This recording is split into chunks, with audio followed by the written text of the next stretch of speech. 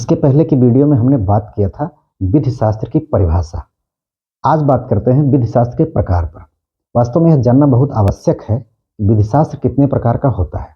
हालांकि विधि शास्त्र के प्रकार को बहुत स्पेसिफिक तरीके से वर्गीकृत किया नहीं जा सकता है, नहीं किया गया है, लेकिन कुछ विद्वानों ने अपनी अपनी सुविधा के अनुसार, अपने अपने ज्ञान के अनुसार इसे वर्गीकृत करने का प्रयास किया है, जिसमें ऑस्टिन, बेंथम, सामंड ये प्रमुख विद्वान हैं जिन्होंने विधि शास्त्र को वर्गीकृत करने का प्रयास किया है। अब हम एक एक विद्वानों के अनुसार कैसा उनका विभाजन है उस पर बात करेंगे। सर्वप्रथम हम बात करते हैं जॉन ऑस्टिन की। ऑस्टिन ने विधि शास्त्र के प्रकार को दो तरह से विभाजित किया है, सामान्य विधि शास्त्र और विशिष्ट विधि शास्त्र। ऑस्टिन के अनुसार सामान्य विधि शास्त्र का तात्पर्य ऐसे विधिक सिद्धांत, जिन उद्देश्य, धारणाएं जो सुव्यवस्थित रूप से स्थापित हो चुकी हैं, सभी विधिक प्रणालियों में समान रूप से लागू होती हैं, अर्थात वो परिपक्व हो चुकी हैं, जिसे कहा जा सकता है कि प्रौढ़ हो चुकी हैं, जो सभी विधिक प्रणालियों में सामान्य रूप से लागू होकर के वह एक परिपक्वता की तरफ आ चुकी हैं। इसे सामान्य विधि शास्त्र के रूप में उन्होंने डिफाइन किया है।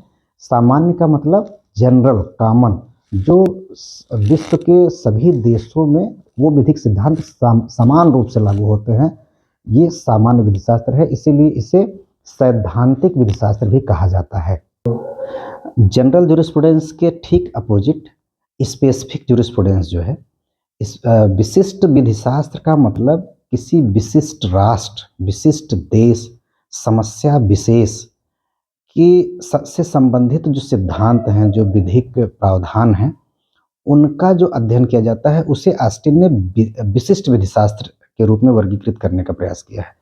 अर्थात कोई राष्ट्र विशेष जहाँ पर वहाँ की स्थानीय विधिक समस्याएं हैं, सामाजिक समस्याओं को सॉल्व करने के लिए विधिक जो व्यवस्था है, विधिक सिद्धांत हैं, उसको किस तरीके से अध्ययन किया जाए, उसमें क्या सामाजिक समस्याओं का निस्तारण किस तरीके से किया जाए, ऐसी विधिक व्यवस्था को ऑस्टिन ने विशिष्ट विधि शास्त्र के रूप में वर्गीकृत किया है।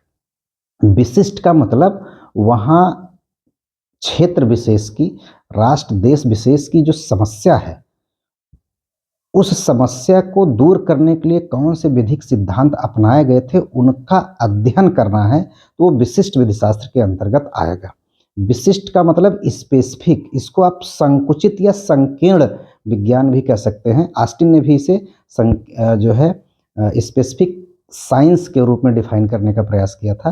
क्योंकि यह विशिष्ट देश, विशिष्ट समय, विशिष्ट सिद्धांतों से संबंधित अध्ययन है, इसलिए इसे विशिष्ट विधि शास्त्र कहा जाता है।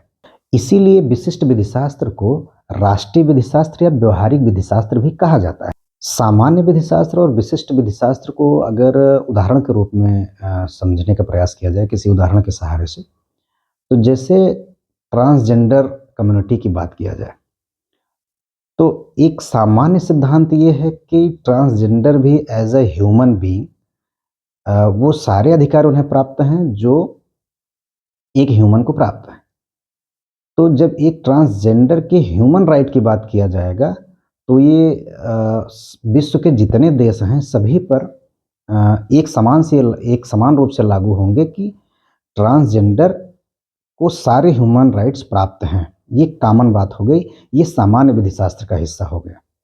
लेकिन जब हम विशिष्ट विधि शास्त्र की बात करेंगे, तो ये हो सकता है कि किसी देश में ट्रांसजेंडर को कुछ स्पेसिफिक राइट्स दिया गया हो जो अन्य देशों में न दिया गया हो। तो एक कॉमन बात हो गई कि पूरे विश्व में जितने ट्रांसजेंडर हैं उनको सभी मानवों के समान ही मानवाधिकार प्राप्त है। लेकिन कोई देश ऐसा हो सकता है जहां पर वो ऐसे स्पेसिफिक राइट्स ट्रांसजेंडर के लिए डिक्लेयर कर दे जो पूरे विश्व में तो नहीं है, लेकिन उस देश में वो हो सकता है, उस देश में उन्हें वो राइट्स प्रोवाइड कराए जा रहे हैं, कराए जा सकते हैं। तो ये स्पेसिफिक व्यवस्था हो गई जो उस देश विशेष के लिए लागू होती है। इस तरीके से जो हम जब कॉमन बात करेंगे तो ऑस्टिन का सामान्य विधि शास्त्र लागू होगा जो पूरे विश्व पर एक तरह से लागू होता है। लेकिन जब हम विशिष्ट उस कंट्री, स्पेसिफिक कंट्री की बात करेंगे, तो वहाँ पर ऑस्टिन का ही विशिष्ट विधि शास्त्र लागू होगा। तब हम कहेंगे कि यहाँ पर हम विशिष्ट विधि शास्त्र के अंतर्गत अध्ययन कर रहे हैं। हालांकि ऑस्टिन के द्वारा विभाजित ये सामान्य विधिशास्त्र और विशिष्ट विधिशास्त्र का जो वर्गीकरण है, इसका कई विधिशास्त्रियों ने इस आलोचना भी किया है, जिसमें सामंड और हालैंड जैसे विधिशास्त्री प्रमुख रूप से हैं। इन लोगों ने कहा है कि इनका जो ये वर्गीकरण है ऑस्टिन का, सामान्य और विशिष्ट, ये जबरदस्ती किया गया वर्गीकरण है, ये भ्रामक है। किसी भी विज्ञान को आप विशिष्ट और सामान्य नहीं कह सकते। जैसे किसी देश में वहाँ का जियोग्राफिकल कुछ स्टडी करना है, तो भौगोलिक अध्ययन जो है वो ऑस्ट्रेलिया का और इंग्लैंड का अलग-अलग नहीं हो सकता है, इंडिया का अलग-अलग नहीं हो सकता है। वह सिस्टम एक ही होगा। उसे स्पेसिफिक और जनरल कह कर के संकुचित नहीं किया जाना चाहिए। ऑस्टिन ने ये सामान्य विधिशास्त्र और विशिष्ट विधिशास्त्र का जो नाम दिया है, वह भ्रामक और ज़बरदस्ती दिया गया नाम है। विशेष बात यह है कि सामंड ने ऑस्टिन के वर्गीकरण की आलोचना किया और उसके पश्चात खुद उसे विधिशास्त्र को 3 भागों में विभाजित किया। सामंड ने कहा कि विधिशास्त्र को विश्लेषणात्मक, एनालिटिकल, ऐतिहासिक, हिस्टोरिकल और नैतिक, मॉरल, ये 3 कैटेगरी में इन्होंने विभाजित किया और कहा कि विधिशास्त्र इतना बृहद विषय है और इसके सिद्धांत इतना एक दूसरे से जुड़े हुए हैं कि इन्हें विशिष्ट रूप से अध्ययन करने पर विधिशास्त्र का विषय ही अधूरा रह जाएगा। इनका ये जो हिस्टोरिकल, एनालिटिकल और इथिकल रूप में इन्होंने वर्गीकरण किया था, इनका कहने का तात्पर्य था कि इन तीनों का एक समावेशी अध्ययन होना चाहिए। इन तीनों को साथ में लेकर के किसी विधिक सिद्धांत का अध्ययन किया जाना चाहिए, तब जाकर के विधिशास्त्र का अध्ययन पूर्ण हो सकेगा, न कि इन्हें अलग-अलग। अर्थात सामंड ने विधिशास्त्र को ऐतिहासिक, विश्लेषणात्मक और नैतिक रूप से वर्गीकृत किया। उन्होंने इसे विधिशास्त्र का 3 प्रकार बताया। विधिशास्त्र के वर्गीकरण के संदर्भ में अब बात करते हैं जर्मी बेंथम की। जर्मी बेंथम ने विधिशास्त्र को 2 तरीके से बांटने का प्रयास किया है, व्याख्यात्मक और मूल्यांकनात्मक। व्याख्यात्मक विधिशास्त्र का तात्पर्य ये है कि विधि कैसी है, और मूल्यांकनात्मक विधिशास्त्र के अंतर्गत आता है विधि कैसी होनी चाहिए। जर्मी बेंथम का पूरा फोकस विधि कैसी है पर था।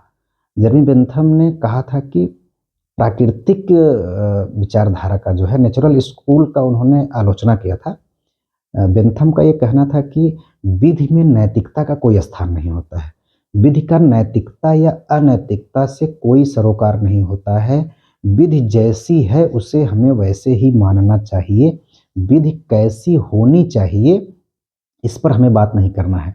सामान्य सी बात है कि जहाँ चाहिए की बात आ जाती है, उसमें नैतिकता अपने आप शामिल हो जाती है, और इन्होंने स्पष्ट कहा था कि विधि में नैतिकता का कोई स्थान नहीं है। हालांकि विधिशास्त्र को वर्गीकृत करने का और भी प्रयास किया गया है।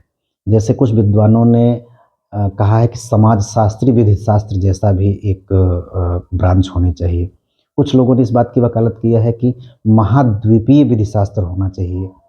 कई विधिशास्त्रियों ने इस बात की भी समर्थन किया है कि आंग्ल विधिशास्त्र होना चाहिए। ऐसे ही तुलनात्मक विधिशास्त्र होना चाहिए।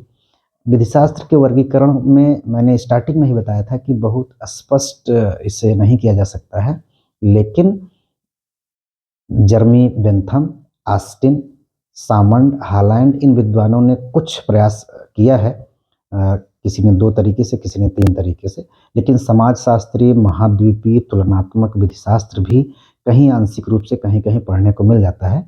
लेकिन विधिशास्त्र का छात्र होने के नाते हमें इन सभी विद्वानों को पढ़ना चाहिए और अपनी लीगल अंडरस्टैंडिंग डेवलप करनी चाहिए।